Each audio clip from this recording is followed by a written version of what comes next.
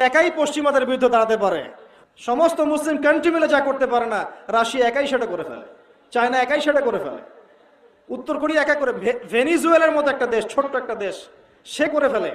কিন্তু আমাদের সেই শক্তি হয় না, সেই ক্ষমতা হয় না। হবে কিভাবে? যখন আমরা দুনিয়া নিয়ে ব্যস্ত, তখন এই জাতি কোশ্চিন কালেও সাফল্য অর্জন করতে পারবে না। এবং আমরা যদি সেরকম প্রজন্ম তৈরি করতে না পারি, আগামী দিনে মুসলিমদের অধঃপতনকে ঠেকাতে পারবে না।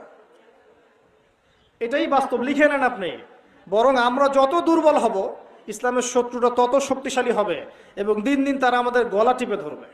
যখন ধরে ফেলবে তখন আপনি আর কিছু করতে পারবেন না। আল্লাহ পাক আমাদেরকে কথার গভীরতা বোঝার তৌফিক দান করুন।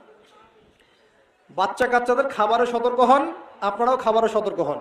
এমন করে খাবেন না যে আপনার জীবনের শেষ খাওয়া এটা, এভাবে খাবেন না।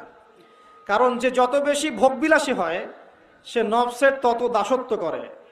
একজন ব্যক্তি নফসের উপর কতটুকু কন্ট্রোল আছে এটা জানার জন্য কিছু করার দরকার নাই, খালি তাকে ক্ষুধার্ত রেখে দেন,